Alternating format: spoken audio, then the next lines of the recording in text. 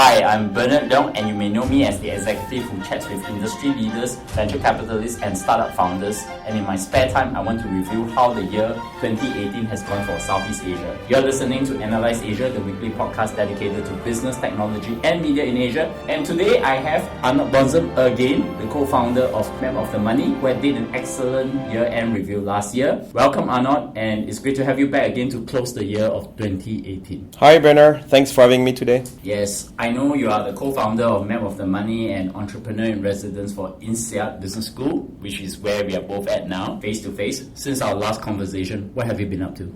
Since last year, a lot of things have happened. On the Map of the Money front, we have built a new update where we started to bring more filters, to bring more details for entrepreneurs to know who are the active investors in the region and from which kind of vehicle they're investing at which stage. And we're currently working on a massive update for early next year. I want to get you here today to talk about the state of Southeast Asia in 2018. I think before this, both of us have actually spent some time on Google Docs working through like 20 different events, and then we collapse it down to about 6 to 7 of them. And I think the way we're going to go is I'm going to use a category for each event, and then we'll talk about some of the events that happened, and then we'll get your thoughts as well. So the first event, we call it movers and shakers. And when we think of movers and shakers, we'll be thinking about Grab, C Group, Razer, maybe now Carousel may join in soon, and many other companies. So the first one is Grab's acquisition of Uber Southeast Asia. Uber owns, I think, 27.5% of Grab, and then there is additional rounds for Grab, I think $1 billion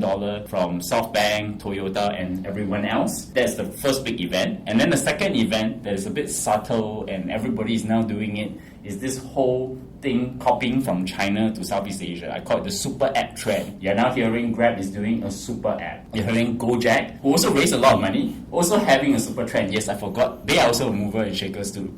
So I want to start by asking you, what do you think about what's happening with Grab and Go-Jek with their competition in Southeast Asia? What is very interesting on Grab is, as you mentioned, now they have Uber on their cap table at like 27.5% at the time when that happened this year. But they also got Didi before. You get Didi also as an investor of Grab because they have like some investment going on before. On the other side, you get Go-Jek, who don't have any of ride-hailing company on this cap table, but get also massive giant like Google and Tencent on a more like agnostic one. But then they have also built something very strong on the e-commerce, since JD.com, Meituan Dianping, and Rakuten are on the cap table of Go-Jek. So Go-Jek is going through that way, also having some financial investors like insurance or bank like DBS or Allianz. So this is where we see like DBS in terms of who are the investors. But when you look at Grab, on top of the one we mentioned, there's a lot of cars company on the cap table. Car or motorbike. You get Yamaha, Kia, Hyundai, Honda, and then you also get Toyota. And Toyota is the one who put the biggest amount of money, is above $1 billion into Grab. And now we're seeing Grab having more and more Toyota cars too. So it's quite interesting to see what the weight that Toyota is having into Grab strategy potentially as of today and for the future. But Grab also have done a lot of partnership on the financial side. So when you look, they got MasterCard, UOB, PayPal, Citi, Kasikorn Bank in Thailand, and as well also as more like real estate players like Lipo or CapitaLand. So what is very interesting is like both of them is on top of raising a lot of money, are also building a lot of partnership with a lot of those players across the region. As you mentioned, like Go-Jek as the one who started to be a super app. So Go-Jek have been very deep in terms of services they were offering, but only Indonesia at the beginning of this year. Whereas Grab was only offering transportation, but across a multitude of countries in Southeast Asia. Then what happened this year, the difference is, in July, during Rise, Grab made the announcement of the super app, and at the same time, they also start themselves to invest a little bit more into startup like Happy Fresh, Fave, etc., where they're building all those services for the super app. Whereas Go-Jek, instead of building a super app because they already have it, they decided to expand across Southeast Asia. So basically, you have two different strategies. One who have been very deep in the region, one have been very deep into services, which is Go-Jek, and then both of them try to fight on those two dimensions now. So I guess we will see potentially in few years, because I think it will take more than a year, who may have like the best strategy and the best execution for the region.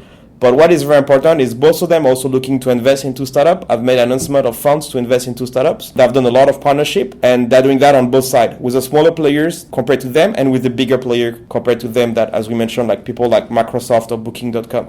But do you feel there is actually a proxy war between Alibaba and Tencent? Because the investors of Go-Jek is Meituan, Tencent, and JD. They're all friends of the Tencent family. Whereas in Grab is SoftBank, Alibaba, Temasek, which they usually co-invest it together as well. I think that it sets up a proxy war. But I want to ask you this. Next year, we're going to have the Lyft and Uber IPO. Yes. Do you foresee Grab or Go-Jek will attempt to go IPO immediately after that? Because there will be a valuation in the market. I think the Uber and Lyft, what they will bring is they will tell you a little bit more about liquidity of those companies, but then it's a very different scale. Like when you go to Uber, is something that is currently valued at more than 70 billion, where Grab is slightly more than a decacorn, slightly more than 10 billion as of today. So we're doing a very different kind of scale. But Lyft will be more on the range potentially of what could be a Grab or Go-Jek the day they may go for IPO. So this may give a little bit more information for them. Then the thing is, Grab have raised way more money than Go-Jek as of today. And they may use that also as a buffer. If the IPO of those two big players doesn't go well, they may be able to wait. Where Go-Jek, depending on how much they will need to raise to get a buffer. So then it will be a little bit different. I guess Grab have a little bit of money to wait if those IPO doesn't look very good. Where Go-Jek will be more need to choose between need to be break even but could be very challenging, or need to raise a lot of money quickly,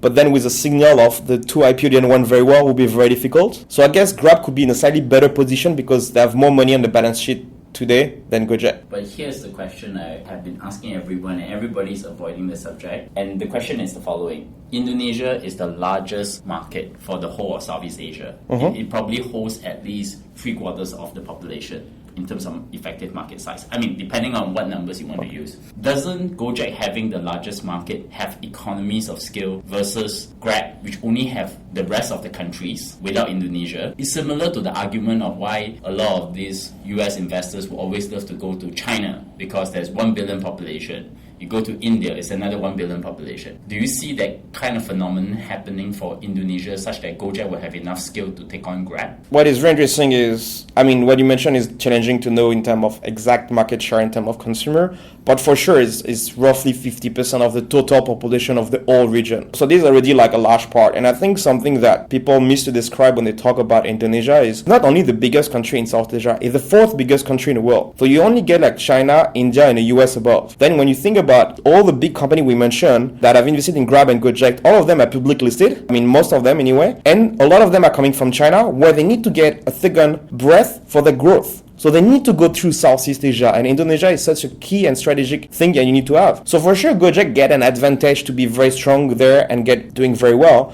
But at the end of the day, it will be about execution. Will be not necessarily being the first one in the market. Will be the one who will be really able to doing very well. And I've been surprised. Some people say that Grab have a very good point to collect people at the airport, and they have like turning point at the airport in Indonesia, and they're doing that very well. And it's not their own market. So then you can also think about, will the Indonesian government will be more friendly with one of the two players? There's also a question you can ask in the region, right? But I agree with you that potentially Go-Jek get a maybe slightly advantage because of Indonesia, but then you get Grab who's raising way more money, and then at the end of the day, I don't think so. The advantage of Indonesia or raising more money is what will make any of them win. I think at the end will be about execution. So the one who will be really able to execute fast in the right way will be the one who will win. I think it's very difficult to decide or to get a sense today about who will be the winner. For a lot of people, will be mostly flipping a coin, because even if you get who will be the winner, getting the reason why they will win today, that is very difficult. And I think that the market actually wants to have two players. Just imagine the point where Uber sold its Southeast Asia assets to Grab. Immediately, there were all the competition commissions from Philippines, Malaysia, and Singapore taking on Grab immediately. So they do need each other around, because if they try to consolidate themselves, it's going to go into another round of antitrust as well. I guess the government is kind of cautious because of the population not very happy when some of those players leave. They also have built like some wrong perception. So basically, before, people were thinking Grab was cheap because there were a lot of vouchers, a lot of discount. But the Grab may have told you like what is the real price, and then they give you a discount. People get used to the discount and think this is a normal price. And then they expect when the competition leave that they keep that very aggressive pricing. So I think it was a lot about expectation, and people expect those players to always keep a low price when they were just going to be very aggressive to market share. And then the coincidence of increase of price is one of the two players leave. But if you look at the scale, when you look at the size of the fine that Grab got in Singapore, is around 4.5 million USD, and Uber got the same. It's a lot of money, but when you have raised like 7 billion, we're talking about the very tiny amount of money at the end. So yes, the regulation should play the role. But at the end, you still also get the taxi if you want to use. In some of those countries, you can, of course, get the bus, and few of them a subway.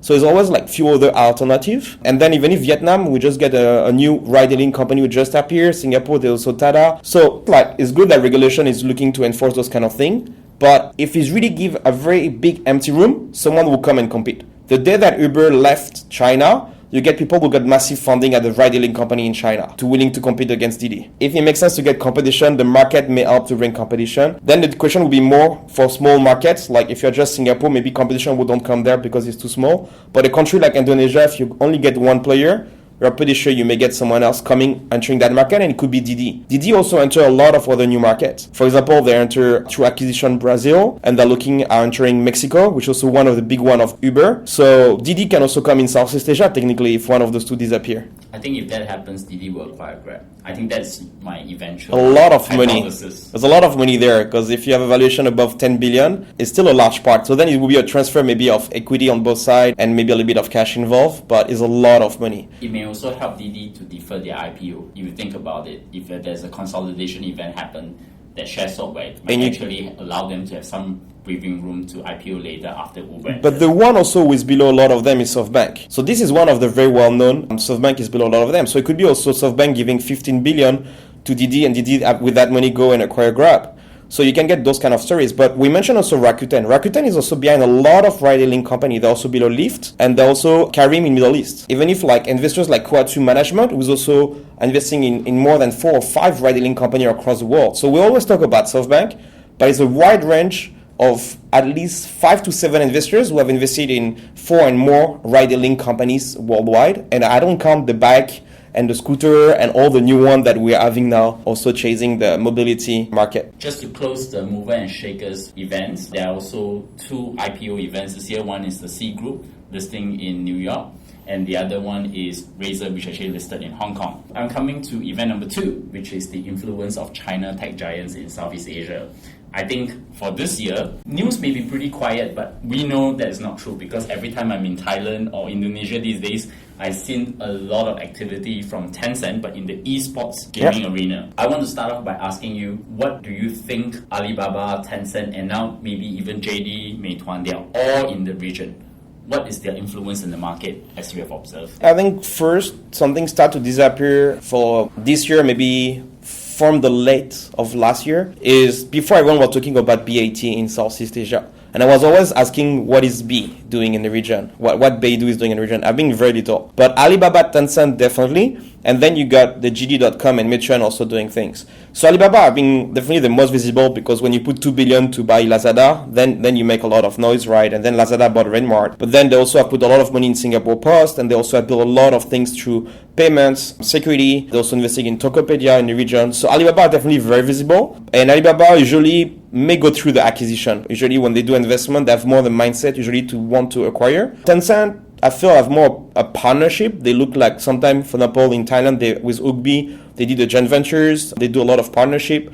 So what they will do often in partnership, but when you talk about gaming, they did a lot of acquisition, and they own a lot of games. And a lot of people will be surprised. A lot of games you play, you feel like it's an independent game, and then it's owned by a bigger company, and that bigger company is owned, or Tencent may have a large stake into that company. So Tencent is definitely huge in the region. Even if you go back to Garena, called C now did the IPO. One of the big things for them is a license of distribution for League of Legends, and this is back to Tencent. So this is also another influence of Tencent in the region. I think Tencent is also one having a biggest drive to be bigger here, because when you see they have regulation challenge in China on the gaming industry, so they can't rely too much in China. And it's a bit the same with Alibaba. All those Chinese companies are over-dependent and making a lot of money from the Chinese market. So they need to go overseas just to diversify. And Southeast Asia is one of the good entry points for them to start to learn about going overseas, do investment, acquisition. But it's not very easy, right? If you just look at Lazada, they acquire them, then they keep the management for a while, then they bring one of the initial co-founder of Alibaba, former executive chairman of Ant Financial, to take the CEO position at Lazada, and then this last 9 months. And then now you get one of the former co-founder of Lazada here, who is going back, getting the CEO position here. So it's not very easy, and they are learning on those kind of things.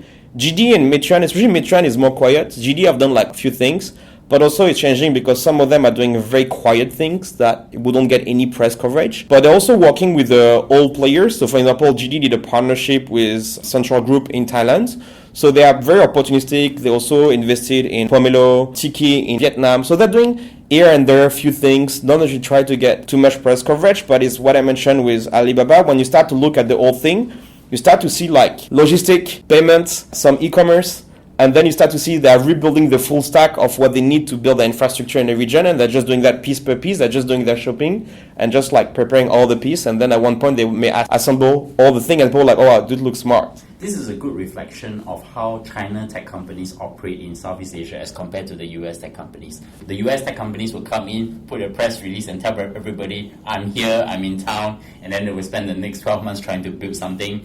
Whereas the Chinese companies are keeping quiet, starting to put in all the bricks and mortar into the different markets, and then by the time they switch on, you suddenly realize, oops, they're in town. One of the things I really noticed, because I've been traveling up to Thailand for quite a bit, is that I've seen the over-pervasiveness of WeChat Pay. Even the hotel I stay in, which is Hyatt, is actually accepting WeChat Pay. Is something that is really pervasive in the Thai market, and I think this is getting pretty interesting. I'm going to switch gears now because we know that the influence of China tech companies will continue to grow. Maybe next year we expect a big announcement. I want to talk about the startup ecosystem. There's been a lot of talk about seed funds are dying, Series A funds is dying because most of the venture capitalists who raise their second, third funds are all going upstream. And I think you brought up an interesting proposition. I think one observation you made is that there's the return of the venture builder because of Entrepreneur First in 2016 and Antler in 2017. I got Magnus Grimson, the CEO of Antler, on my show previously, and also Alex Compton from Entrepreneur First. They both on my show. So I want to get your thoughts on the seed stage. Where do you think the startup ecosystem across Southeast Asia is growing? I know a lot of activity centers in Singapore, but seriously, Singapore is not the center of attention. Even for me, I think the region is actually far more interesting than Singapore. Yeah, definitely. I think when you look at the region, is the part to get most visibility would be always Singapore and Indonesia. But then two countries that don't get too much coverage would be Malaysia and Thailand, and then followed by Vietnam, and then Philippines is still a bit challenging for them to build their ecosystem as of today. As you mentioned, like Entrepreneur First and Antler on the venture builder side, but really about bringing people who want to be entrepreneur, and during their program, those people start to decide what they want to build, with who they want to build, and then they build a team. And basically, when they go to demo day, it's mostly MVP, a little bit of traction, and POC. So it's very early. It's way before an accelerator. So you get those people who start to emerge now. And it's interesting because what we saw before was more like rocket internet and building company like Lazada and Zalora. And this was 2012. So between those two, we didn't have much things that kind of very venture builder in a way. But also what is happening now is also very smaller venture builders. So EF and Antler are doing that at size. The batch will be 100 founders at the beginning, and then they will graduate like a dozen or 2 dozen of startups. So each of them may have like 2 or 3 of this entrepreneur, and a part of them may quit in the journey. But you also start to get a lot of, sometimes it's called like venture studio or venture builder, who are looking to build like 2-3 companies per year in Southeast Asia. And some of them are looking at very specific vertical, like only fintech, like for example, Future Labs is looking mostly at fintech. So you start to get also a little bit more of those people coming back. And I guess for me, is either you do volume like EF and Antler, or either you do only 2-3 per year, but you do very niche and something where people who are helping them really know what they are doing. So it would be like either small or big. And this is quite interesting in the region. Then you also get DTAC with backed by Telenor, the Nordic telecom company, who also have scaled the program across the region. So they have program in Malaysia, they have program even if outside of Southeast Asia. So you start also to have a lot of implication there. And we go a little bit further in the value chain, like on the accelerator side. It's still a lot of corporate run programs here, and very few independent programs who manage to sustain. I look at that a little bit deeper. You will see very few programs who manage to do more than 2 batch. Like already doing the 3rd batch is almost kind of a way to survive. Like very few have managed to do more than 2 and 3 years, and a lot of them have been launched just this year. I'll hold the corporate conversation till later. I think in the way we were on the Google Docs looking at the venture capital ecosystem, we can divide the trends into 3 parts. The first part, which is the seed and Series A VCs who were in the 2011-2012 period, are now raising their 3rd fund.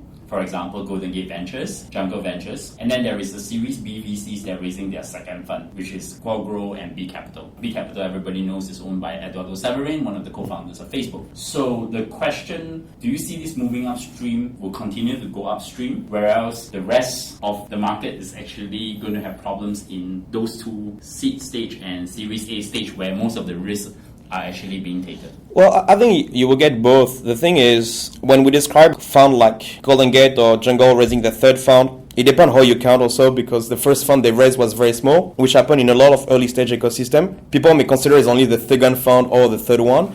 But what is sure is like those third fund is like a 3-digit million. So it starts to be like a bigger size of fund, more management fees, possibility to build really teams to support even if more the startup they have in their portfolio. Qualgrow is definitely raising the second fund. I think they announced a target at 100 million, did the first close at 60 million.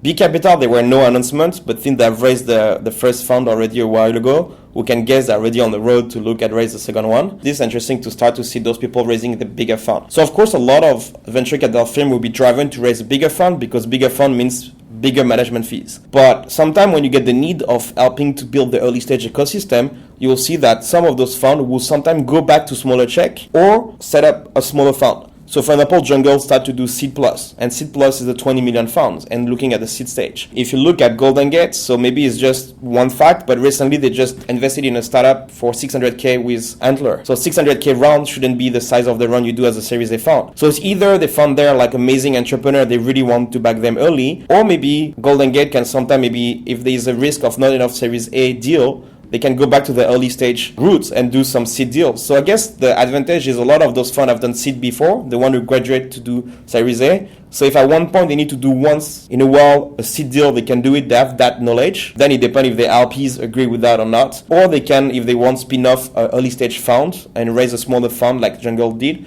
to invest at the early stage. So I'm not like too scared about those kind of things. So let's say the venture capital trends a little bit out of the region, and then we also talk about family funds and as well. Where do you see, for example, countries like Thailand would have their own funds, or even like say family, but the Lippo Group is definitely family fund as well. And also, where do you see these funds within each of the Southeast Asia country coming up now? It seems that there's a lot of funds being announced this year. I remember RHL, which is a family fund owned by 4 families that they join up and their kids form a fund. So everybody can create a fund these days in Southeast Asia, which is quite fun because we have a lot of money getting around, but not enough startup founders. I think you got a lot of announcements around like Singapore-based funds. So then anyway, they will look at the region, Thailand, some new funds, not necessarily a new venture arm, but like a new fund in Indonesia and as well in Vietnam. I think the thing where we didn't hear anything is Philippines. Even if I'm wrong, I don't think so there were any major announcements in Philippines, even if you get a large market. So this is an interesting fact too. Thailand is very interesting because a lot of interesting things happen in Thailand. Like for example, 2 corporate I've studied a long time ago, like Telenor and Amadeus, their first program worldwide to engage with startups as an accelerator, or Amadeus Next was a slightly different than accelerator, from Thailand, where those companies are from Europe. So why do they start those kind of thing in Thailand? So this is a very interesting fact. But then at the same time, you got a bank like Siam Commercial Bank who did digital ventures, and digital ventures are invested directly in a lot of startups, but there's also LPs in a lot of funds, including several of them in Southeast Asia. And then you also get Siri Ventures with also Siam Commercial Bank behind and a real estate company from Thailand also behind. And what is interesting on those 2 funds where Siam Commercial Bank is behind is both of them are being LPs in some funds. So Siri, for example, invested in Fifth Wall Ventures, which is one of the leading real estate venture firm based in the US. So both of them look at deals worldwide, top deals in Southeast Asia, and they're also LPs in some of the leading funds worldwide and Southeast Asia. So it's very interesting to see funds coming from a corporate company like Siam Commercial Bank looking at things worldwide and not like only about Southeast Asia or what happened in China, only what happened in the US.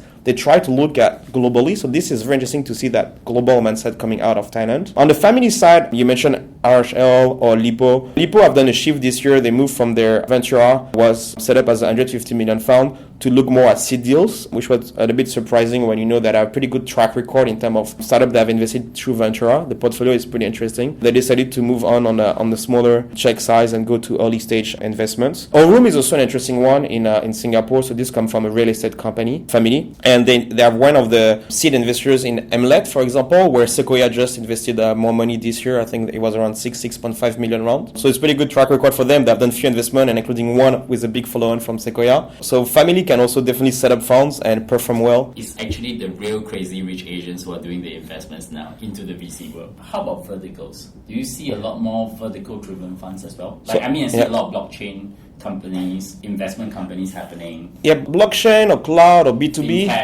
I wouldn't. Okay, so I will put twofold there. I think, or even if three. We have the generalist investors like a Sequoia, 500, all those guys or Jungle, Golden Gate who are mostly generalists. And sometimes it's interesting because some of them are doing so much in volume that they may do more fintech deals, some of them, than some fintech specialized funds. So then you can always decide like who know more about fintech. It could be, you can argue there at the end. But so these are generalists. And then at the extreme of that, you will get the specialists. So then what we saw emerging is like few funds. So for example, Start today is based on the structure of Cento, and they're looking at fashion. So this is a bit more focused. You look at Linux, who is also based on the Golden Gates, and they look at blockchain and cryptocurrency. And then some of them, as I mentioned now, are based on the other funds. But then you get some of them who are built from without any structure to support them. So for example, one who have been announced just with Slush recently in the Nordics was Play Ventures, and they're looking only at gaming. So this is very interesting because at the same time you also get Google, who just did his first batch of gaming startup coming through Singapore. So you start to get a little bit more gaming in the region. You got Gary now did the IPO. You got big company like Ubisoft here too. So maybe we'll start to see a little bit more gaming things happening in the region. We got Flappy Bird at one point.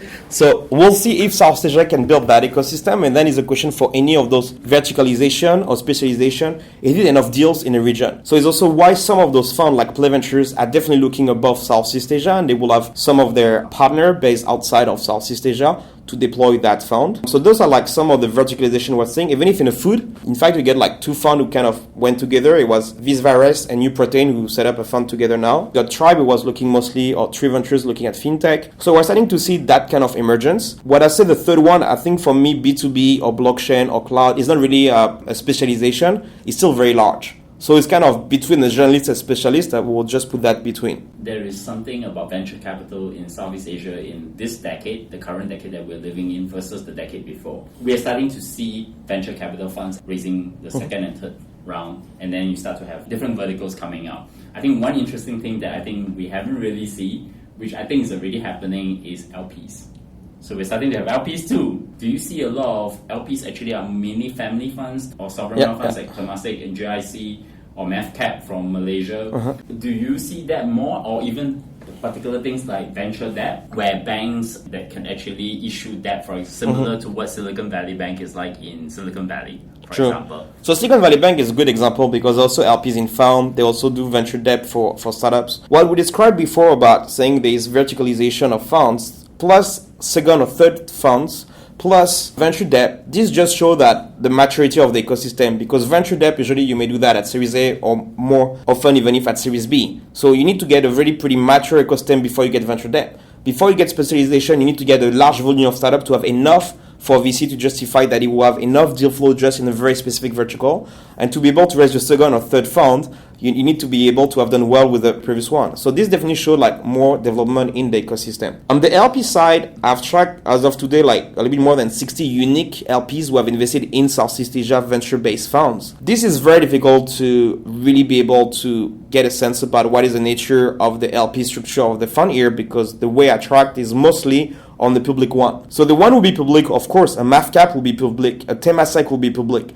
Public listed company like Cisco, Naver will also disclose a lot of their, or even if it's GS Shop, they have invested in several funds in the region. So you get basically the government who are very visible and the public listed company who are very visible. IFC also have done several and also disclose the one they have done, including like Jungle Ventures, for example, or in all these kind of where you have public records, the investment funds that they actually put in is very insignificant as compared to their overall holdings. I mean, if you're thinking of a big fund like, say, Temasek, which rumored by probably like Forbes or Bloomberg, they say there's something like about 200 billion fund, but when they invest in startups, probably less than 100 million. Or they even might put into some of their subsidiaries like Vertex Ventures. They're also LPs to somebody like LPs to, for example, Golden Gate as well. So you find that that particular investment that they put in is actually very insignificant as compared. But can you actually infer a lot of that from that? So for a lot of those players, when they will do like on the corporate, when they will do the investment, anyway is more strategic and potentially financially, meaning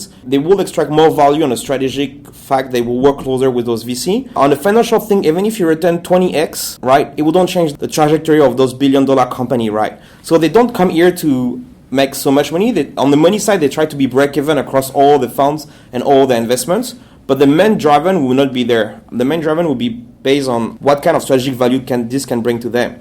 So anyway, it would be still a small amount. But the thing is, when you look at someone like Temasek, if you are a fund and you raise from Temasek, is amazing and sure in terms of branding. Maybe not the one putting the biggest amount of money in your fund, but in terms of branding, when you're able to see other LPs and say Temasek invested in your fund, in terms of due diligence and branding this is maybe one of the things you can do to, if you're the Singaporean government, to support fund in Singapore, is the best thing you can maybe do to them. If you are very picky, so don't give to everyone, but if you do it for the right reason, a lot of them can then make their life easier when they need to fundraise because you have watched them early. It's kind of a label if you get Temasek as an LP in those funds.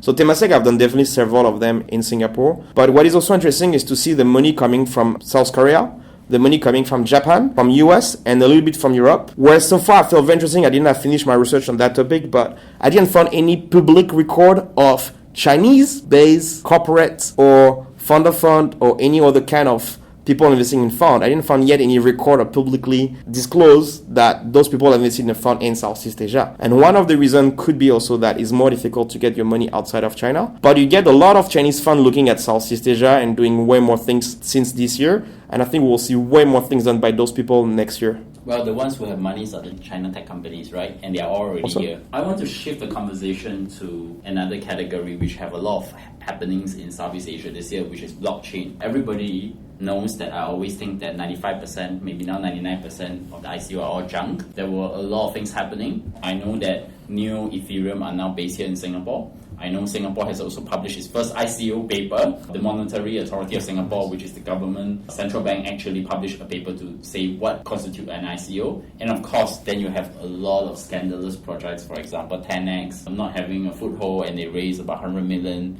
through their ICO. So the question for me now is, what's going to happen to the blockchain market, given that this region, I think, is probably very friendly to the blockchain market? I mean, other than Japan and Korea. Well, I guess we definitely get a massive hype on blockchain, also been driven by a very high level of valuation of cryptocurrencies, such as Bitcoin. I think that now we're going back to a more reasonable state of the valuation of cryptocurrencies and a lot of those blockchain projects. To be honest, this was such a big topic the last 12, 18 months, and it was like so much buzzword that I didn't look too much at it. My strategy was like, let's wait for that to go down, to finish to burn, and then I would just go through the ashes and see what survived. This must be the good project. It was like way too much noise around it, and I think then now we're going back to a stage where in few months we'll start to see who really are doing things. But the challenge is when you have raised like 80 million, you can take a lot of time to build something because you have like 5 years or 10 years of burn rate depending on what is the size of your team. You can also, even if you decide to create your own funds with that money and invest into startup,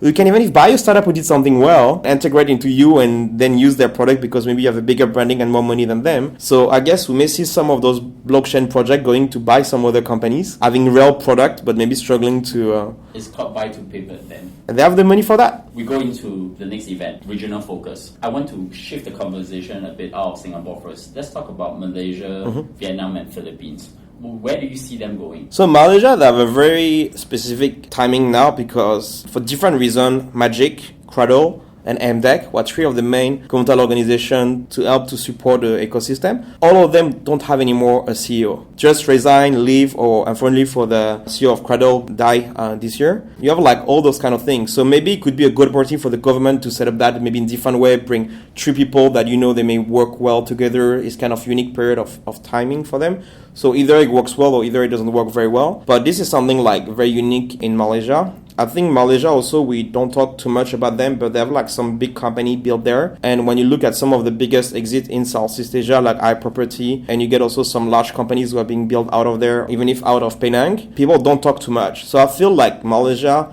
most of the entrepreneurs there don't talk much. At the end, Grab was out of Malaysia, not out of Singapore. Yep. So you get a lot of things, but people don't talk much about what happened in Malaysia, very low profile. Then it's more about, you learn about them when they move to another country or when they get acquired or when they potentially they go for IPO. And it's still also the base of Patrick Grove, where he's building also a lot of business from there, or iFlix. So then we'll see also what would be the future of company like iFlix from Malaysia. Vietnam have been interesting also. You got 500 startups funds we just closed at 14 million. They just announced they're also launching an accelerator there with a partner which is GS Shop. So back again to someone who have been LPs in some funds in the region, plus on top of that who decide to do more things at early stage with 500 in Vietnam. Vietnam also got a fund at 100 million who have been announced earlier this year, but it will be apparently a mix between direct investment and potentially like different kind of way to deploy that money. So it's maybe not only 100 million to be invested directly into startups. But Vietnam have like some great company, is also definitely one of the top talent pool for technical talents in the whole Southeast Asia with Indonesia in terms of volume and quality. So this is a very unique position also for Vietnam. I think the change will they be really able to build enough companies and then go outside of Vietnam? We'll see, but still a bit early. But few of them are doing great things. How about Philippines? Philippines, I think as of today, if you ask a lot of people, they will only be able to give you very few name of company. They may give you Caliber because they went to YC and the founder Paul is very charismatic person and very supportive to the ecosystem. They will give you that one, and the second one they may give you will be Revolution Precrafted because they also get a valuation of 1 billion. It's their first unicorn and it's in architecture. One of my favorite topics. True, and they're like on the pre-crafted housing. We'll see in terms of what will be the numbers. Apparently they signed a lot of contract, but they didn't have shipped a lot of them so far. So I think it may take a little bit of time to get a sense about if that valuation is worth the capability they have at shipping the project they have sold. But as selling product, they have been very good, signing contract. We'll see, I guess, on the next 12, 24 months, what will be the results in terms of housing they will be able to produce. What happens to the Singapore startup ecosystem and also Indonesia and Thailand? I think Indonesia and Thailand are growing pretty rapidly. Yeah. And Singapore is small, so they need to go out of the immediate market comfort zone. So where do you see these three markets be then? So Thailand is maybe one of the market where at the same time the government is supportive in terms of launching a lot of initiatives. And sometimes maybe doing slightly too much could be, but they're doing a lot of things. They're at least proactive. Then are they doing it in the right way is a different question, but definitely proactive to support the ecosystem. Second, you also get the traditional businesses being involved. So a company like CP Group, they're doing the true incubates and they have like different initiatives. They're doing that big complex with a co-working space and etc. in Bangkok. So you also get some traditional businesses doing things. And also very interestingly, like CP Group have a lot of tie with China. So when you get Asan Money doing a partnership is also with Chinese company and then it's back to Alibaba. So they have those close relationship. And then you also get a lot of corporate being involved, local corporate being involved also at the same time. So basically you get a lot of those elements going together and a lot of people who are also looking to build startups, and also Thailand leverage like Indonesia on the digital nomad. Most of them who don't build scalable businesses, more freelancer, but it's also a pool of talent coming there, visiting, and maybe 1 out of 100 may build a scalable business at one point.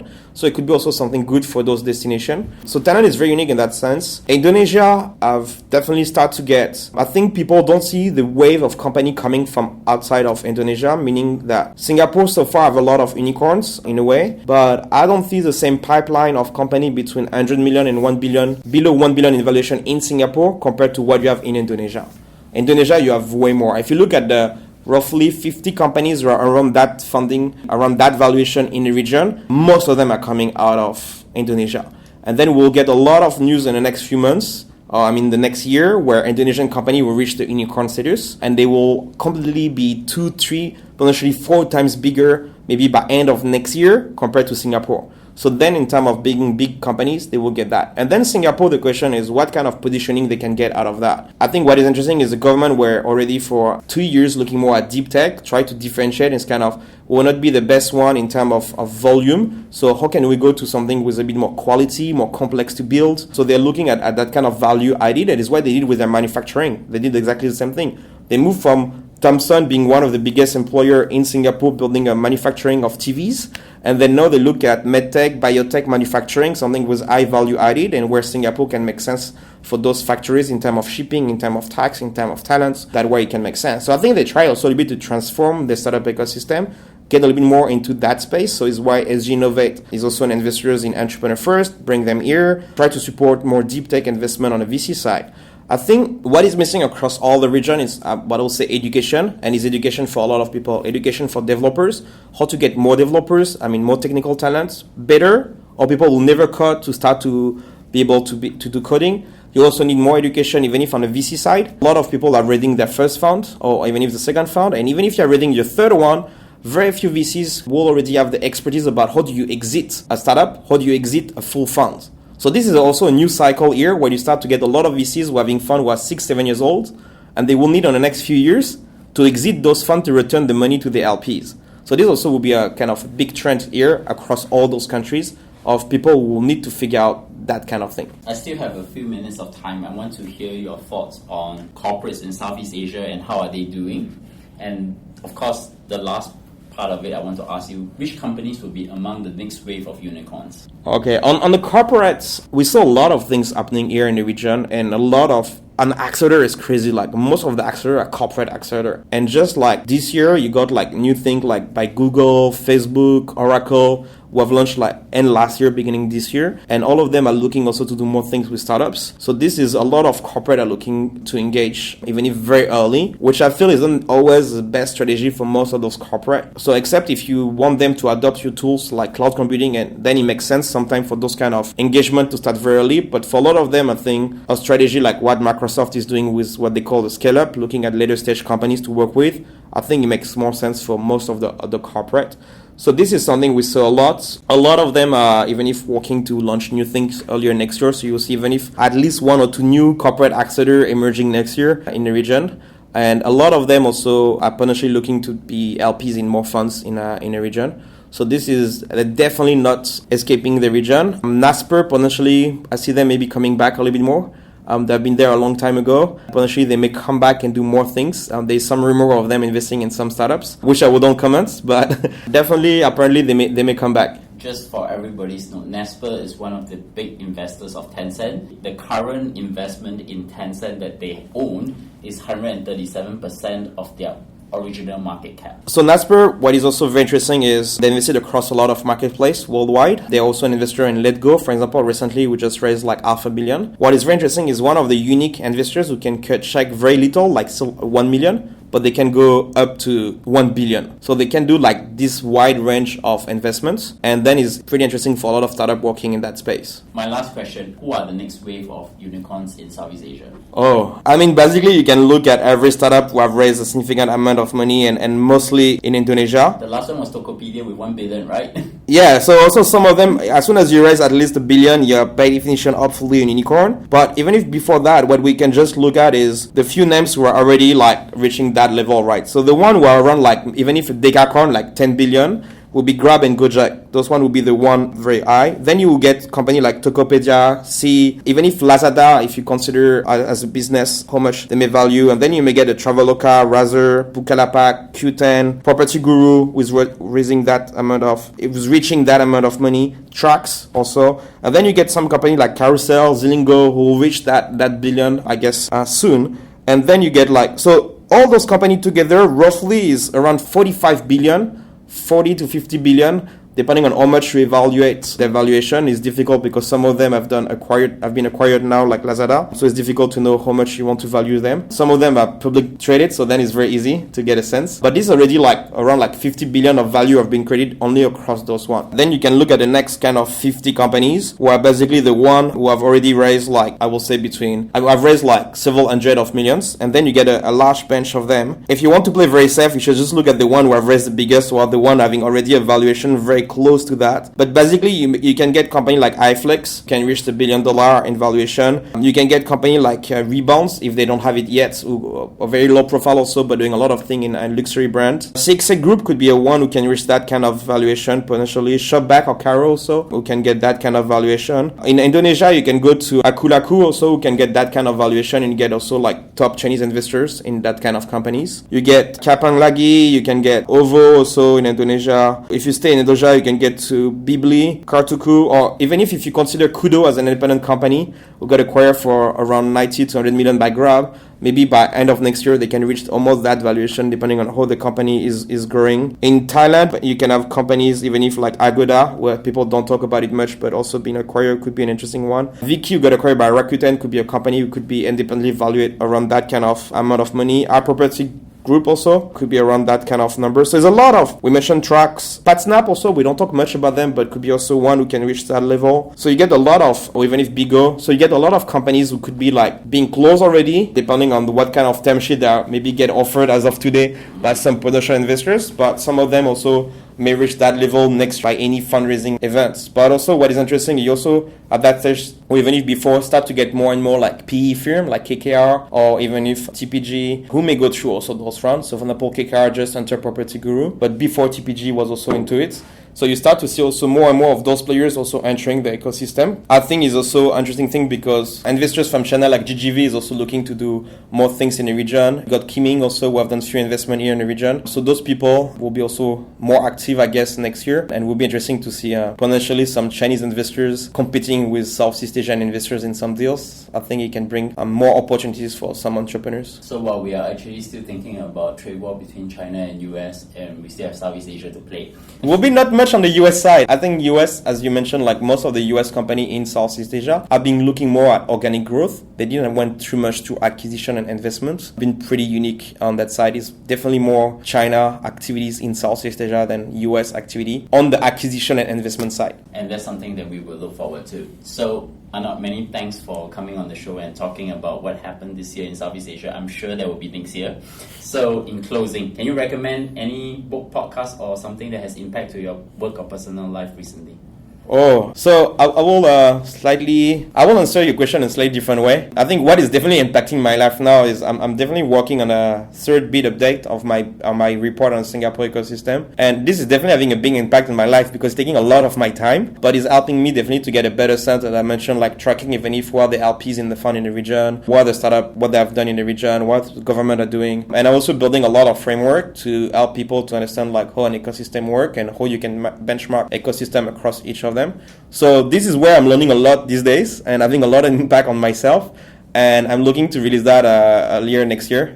And you have a date with me in January to talk about that, right? Not January, I think it will be more in March. It will be more end of March, my date of release. So I think it will be more accurate to look at March for. But we can still meet in January. But Sure. We can do a podcast about it in March for sure. How do my audience find you then? The best way to reach out would be through LinkedIn, and I'll have an email address which is mentioned on my LinkedIn. So this is the best way to contact me. So all of you can Google me at Bernard Leong, or you can find us on iTunes, Stitcher, SoundCloud, Acast, and also now Spotify.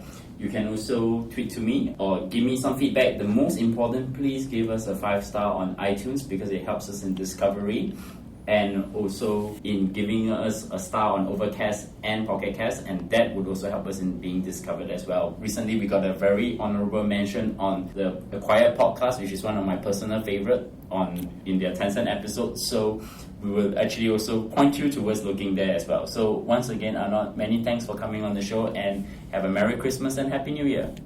Thank you, Bernard. You too.